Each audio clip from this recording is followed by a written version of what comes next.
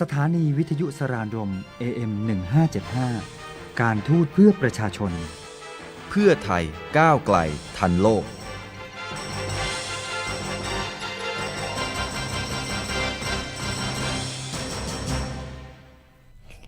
Sawadika and good late afternoon. You're here with me, Sarisa Prashumya. This is News and Views, and it's usually on air from 6 to 6:30 p.m. every Monday.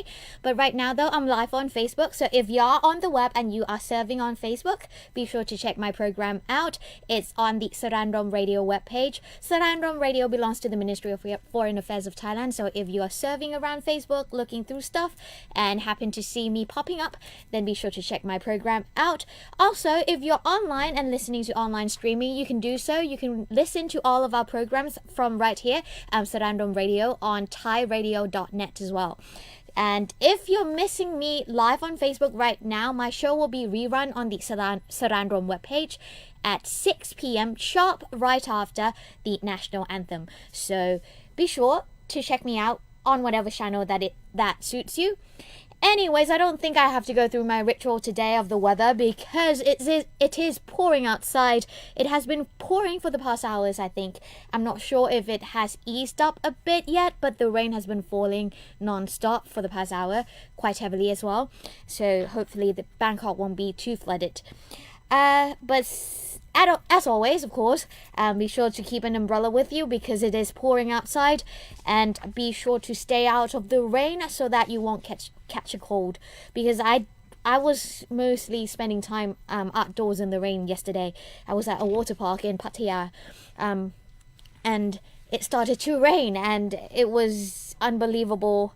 There wasn't any place to hide, but we still enjoyed a day at the water park, but in the rain. But yes, so be careful out there and don't catch a cold, so stay out of the rain. Anyways, making headlines of front page of Bangkok Post is a big picture of a mini marathon taking place, and it says here that on your marks, participants of the Bangkok Post International Mini Marathon 2018 sprint from the start line outside Central World. The event attracted more than 5,000 runners from various age groups and several countries across the world. The winners were awarded 10,000 baht, with 5,000 baht and 3,000 baht awarded for second and third place. Application fees go to the Bangkok Post Foundation to help poor students nationwide. Alright, and on track to that is actually an update about Asian Games 2018, which is taking place in Indonesia. So highlights for today, if you're missing any of the competitions or tournaments right now, highlights is the badminton of the PV Sindhu enters final, while the bronze for Saina Nehwal as she loses in the semi-finals. Now, what's on now, which I'm guessing which is about 2 hours, this is from ESPN. So it's women's group match, India versus Thailand. And then there was squash, men's and women's team event. And then what's coming up? It says here 4 p.m, which is about an hour ago. Table tennis, men's group stage, India versus Vietnam, as well as the women's quarterfinals. And then it's the boxing, men's round of 16, started from 3 p.m. onwards. So I think Indonesia is about an hour ahead of us, or rather Bangkok. So be sure to check out the time schedule wisely and be sure to plan accordingly. And I have some of the medal counts by country as of 3 p.m. by ESPN. So it's only the top 10. And China is coming first with a total of 178, followed by Japan at 127. China won 78 gold and Japan won 41 gold. Korea won 28 golds and the total medal is now 97. Indonesia, I think. INA. Okay, Indonesia is gold at 17 with the 56 in total. Iran has 15 gold with a total of 43 medals altogether. Taipei won 11 gold with a total of 39 medals. Pakistan, I think it's Pakistan, won 11 gold with a total medal of 24. And Thailand coming up at the 8th place with 9 gold and a total medals of 50. tallying India's won 7 gold with a total tally of 37 medals, and then Uzbekistan finished off the top 10 with 6 gold and 28 medals all in total. What interesting is the news article right here in Bangkok Post saying that for the first time since the war, this gold belongs to Korea. Now, a day after delivering the historic first medal for a combined Korea's team, the women's Dragon boat crew has upgraded to gold at the Asian Games. Now, the crew comprising South Koreans and North Koreans won the 500-meter Dragon boat final yesterday at Palembang, which is co-hosting the Asian Games with Jakarta. A Korea's crew won the bronze in the 200-meter final on Saturday and celebrated by joining together to sing a popular folk for the first time. Now, South Korean news agency Yonhap quoted Kim Kwang-chol, a North Korean coach at the traditional canoe team, as saying he felt the strength of a unified nation when we came together, dedicated our minds to a single purpose, and paddled the boat forward. Rather than being added to the tally of either nation, the gold was awarded to Korea, the name given to the combined teams that are entered in rowing, canoeing, and women's basketball. The Korea is still technically at war after their 1950 to 1953 conflict ended in an armistice, having fielded 60 athletes in combined teams in the 3 sports, along with larger contingents from their respective national squads. In the 500, the Koreans finished the 16 final in 2 minutes, 24.788 seconds to hold off China and Thailand. There could be more gold for the Koreas too, with the combined women's basketball team reaching the semi-finals with a 106-63 win over Thailand. South and North Korea have entered joint teams in previous international events, starting with the 1991 Table Tennis World Championships and more recently at the Winter Olympics in Pyeongchang, South Korea. Now, the women's ice hockey team at the Olympics had huge support despite losing all of its games and inspired more cooperation. The Korea's women's basketball team, featuring 9 South Koreans and 3 from the North, will play Taiwan in the semi-finals, with the winners advancing to the gold medal game. Now, Taiwan beat the Koreans by 2 points in the group stage last week. Track and field competition entered a second day with world champion Rose Shalimo winning the women's marathon and Bahrain in a hot and humid race. The Kenya-born Shalimo had a big lead with the 30-kilometer mark and won in 2 hours, 34 minutes and 51 seconds. Shalimo represented Kenya internationally before switching to represent Bahrain ahead of the 2016 Olympics in Rio de Janeiro. She won the World Championships title in London last year. Keiko Nogami held off North Korea's Kim Hye-sung for silver, finishing more than 1.5 minutes behind Shalimo. Now, Sawa Nasser of Bahrain won the women's 400-meter race with a time of 50.09 seconds, a games record, while Abdelaila Hassan of Qatar triumphed in the men's race at 44.889. Now, Jong Hae Lim of South Korea won the women's 100 meters hurdles with a time of 13.20 seconds. China's Gong Li-jiao won the women's shot put with a 19.66 meter throw. Compatriot Wang Jianan won the women's long jump with a games record of 80.24 meters. Now, while China are dominating the medal standings at the games, there won't be any gold, silver or bronze added in the men's singles in badminton, a sport the nation loves.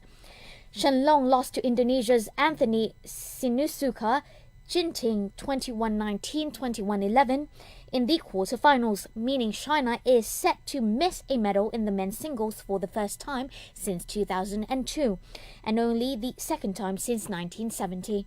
Indonesia's Jonathan Christie upset top seed Chi Yu-shi in the second round. Alright, that was about the update from this morning from Bangkok Post right here. So yes, China still top with the medal tallies, but yes, they're not going to make it into the badminton for men's finals. But Koreans are doing best, combining efforts and winning gold medals as well as other medals as well. So hopefully they'll win more medals by the end of the competition or the tournament. On to some other news before we head to a short break. This here, it says here that Bangkok show lands Lord's Heroes of Wild Boar's Cave Rescue. And this is from the Straits Times of Singapore. The jaw-dropping drama that unfolded in Thailand's Tham Luang Cave 2 months ago can now be experienced at a new interactive exhibition in Bangkok. The Culture Ministry is holding the exhibition titled Tham Luang Incredible Mission, The Global Agenda at Siam Paragon Shopping Mall in the Thai capital. Now, there is a 10-meter-long replica of a portion of the cave in Chiang Rai province where the 12 young members of the Mu Bao Football Academy and their assistant coach were trapped by surging floodwaters on June the 23rd. The last members of the group were rescued on July 10th. Inside, it's narrow and dark, young visitors said. I can imagine how difficult it was for the Mu Bao boys trapped in there for 2 weeks. The real crisis was even worse because it was flooded, said another. That they were patient and very strong. We really have to thank all the heroes who saved their lives. Visitors to the exhibition, spread over 400 square meters, can see some of the actual equipment used in the rescue operation, along with many stirring photographs and samples of the global media coverage, including TV news broadcasts seen on dozens of monitors. There are even Royal Thai Navy personnel on hand daily demonstrating how the white ball footballers were secured in specially rigged cots to be pulled, floated and hoisted up to safety by the rescue heroes. There is a bronze sculpture of former Thai Navy SEAL Saman Gunan, who died while helping to prepare the boys' evacuation, as well as a huge painting portraying the rescue operation. The artworks dominate Hail the Hero, the section of the show devoted to Mr. Saman, and a large board has been set up where visitors can leave their messages of admiration and appreciation. Another message board shows the thank you messages from the 12 boys and their coach. Deputy Prime Minister Wisanu Krungam, who opened the exhibition last Wednesday, said the Thai King had asked the government to host an event at which the country could express its gratitude to rescuers from around the world for the success of their undertaking. It will be held on September 8th at the Royal Plaza in Bangkok, and all 8,000 rescuers are being invited to attend, said Mr. Wisanu. It's actually September 6th. The exhibition will close in Bangkok the next day, which is September the 9th, and then tour the country. Which means the exhibition, if you're not in the capital and are interested in taking a look at the exhibition, it will be put up or displayed at other provinces across the country as well after September 9th. So no matter where you are, you'll get the chance to see the exhibition as well as the replica of the 10-meter long cave, just to see and get the feel of how it is, or how it would be if you were trapped in a flooded cave. So be sure to check it out, and I will give you more updates if I have them. So continue to listen to my program as well as see me on or watch me on Facebook Live to see any updates about that as well. So right, just about the 15th minute mark. It's time for a short break, but I'll be right back with more updates, so do stay tuned.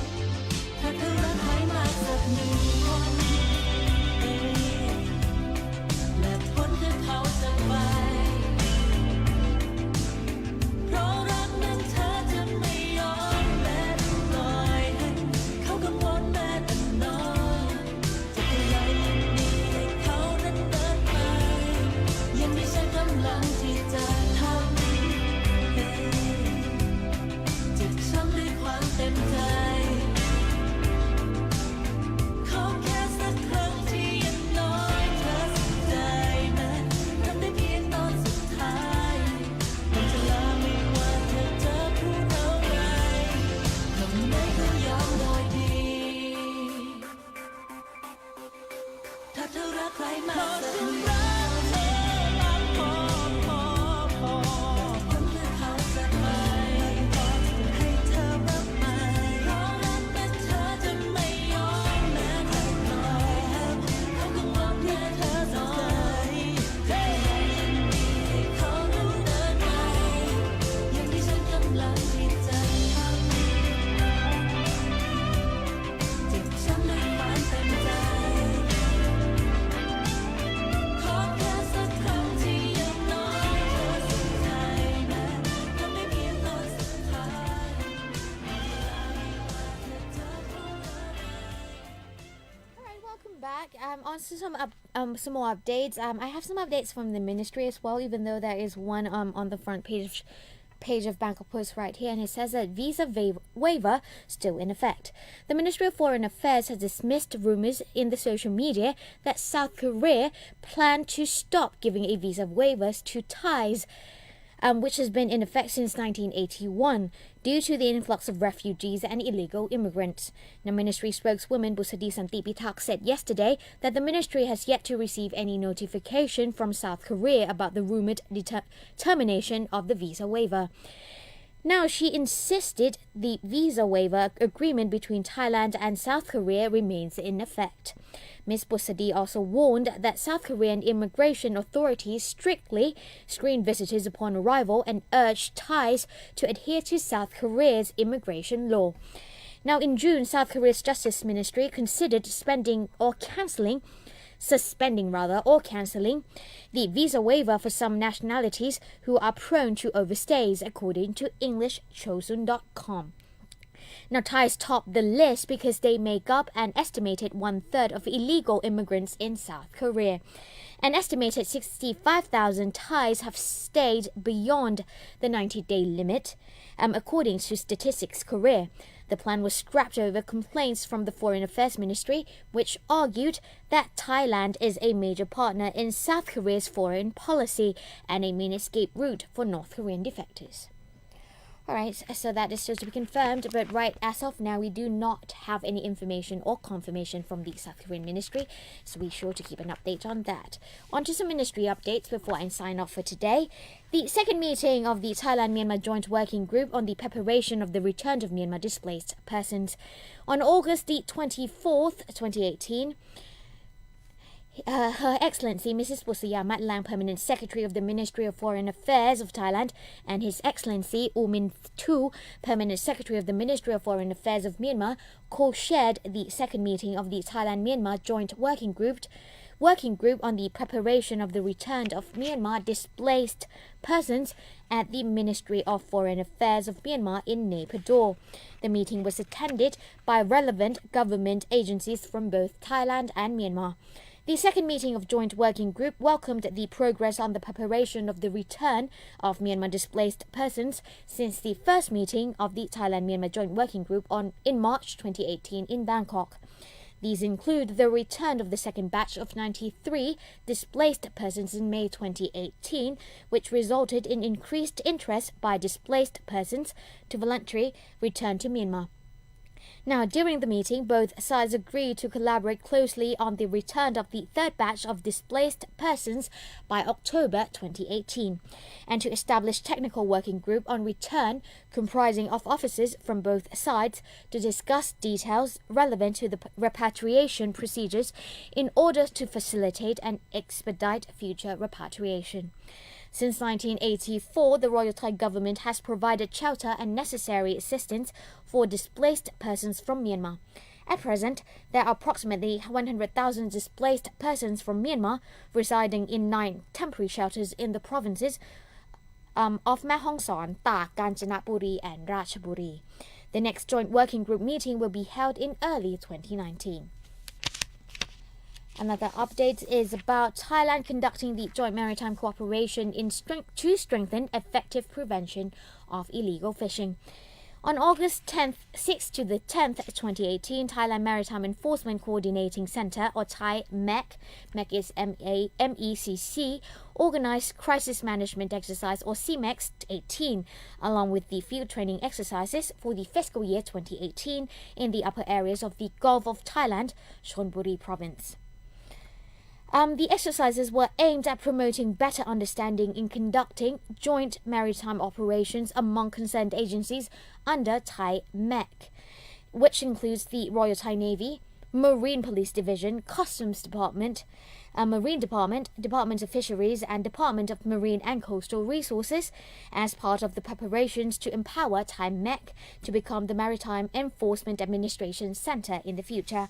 Now, the exercises were organized in two main parts, a discussion seminar and field training. The focus this year was placed on enhancing personnel inspection capacity in order to prevent and handle new forms of threats to maritime security, such as illegal fishing, particularly by former Thai vessels which have registered with other flag states and have engaged in illegal fishing activities in Thai waters, and cargo vessels subjected to the UN sanctions that have smuggled dual-use goods, such as radioactive elements in the Thai waters. Now, the field training exercise ranged from air and sea patrol vessels inspection, assistance provided by multidisciplinary teams to the crew on board, and rapid law enforcement. Now, this was aimed at equipping the staff with better skills through an integrated working environment in order to provide swift and effective prevention and prosecution.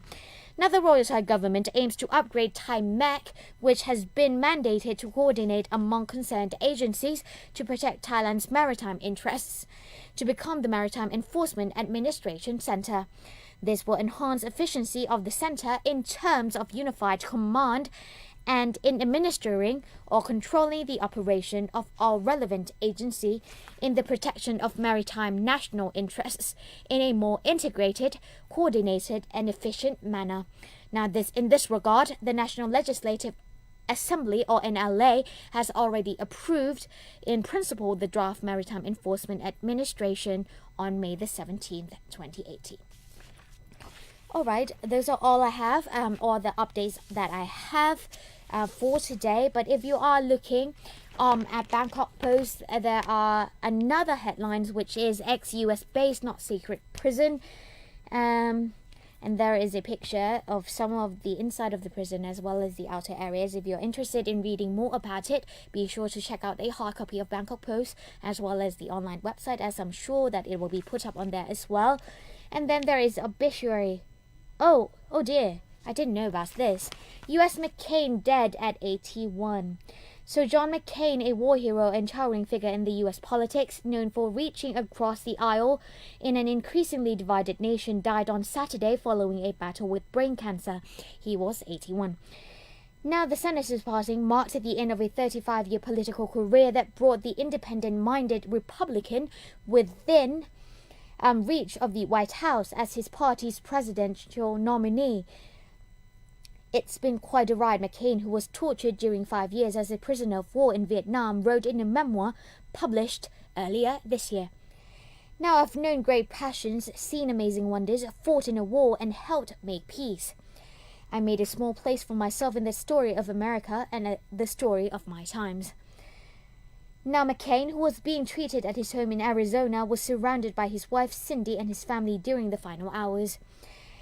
Their tributes have poured in from political allies and foes alike. In Washington, flags on Capitol Hill and the White House were lowered to half-mast in his honor.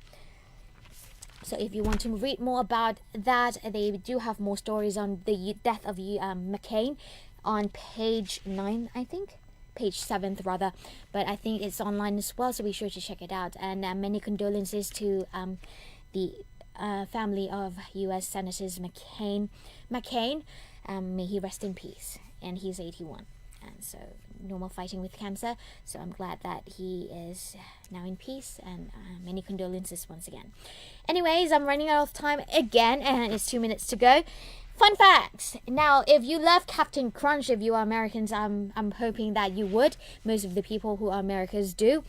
I'm on the other hand is natural or neutral about it. So Captain Crunch's full name is Horatio Magellan Crunch. So if you don't know that, now you do. So Captain Crunch's full name is Horatio Magellan Crunch.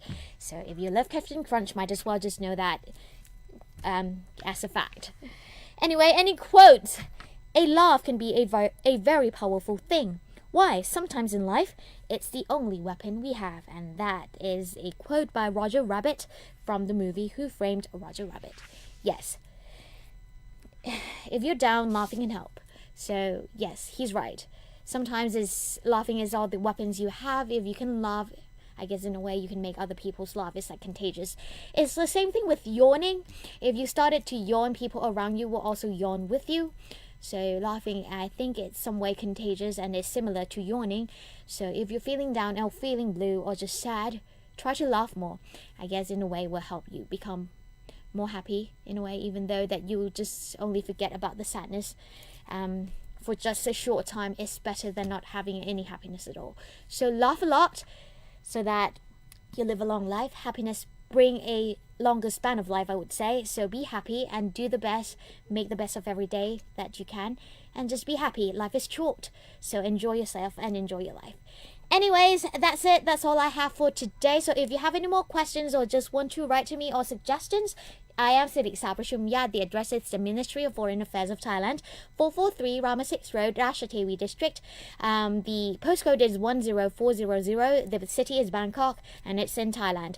So be sure to check out our other programs as well, even though it's in Thai. But if you're Thai and you like listening to our radio programs, be sure to check it out. We have our YouTube channel as well as our webpage as well as Facebook page, and it's Saraญรม Radio. And we are online streaming at Thai Radio as well. So if you don't have the time to check me out on live on Facebook or anywhere else, be sure to turn on the website and then the online streaming on thairadio.net.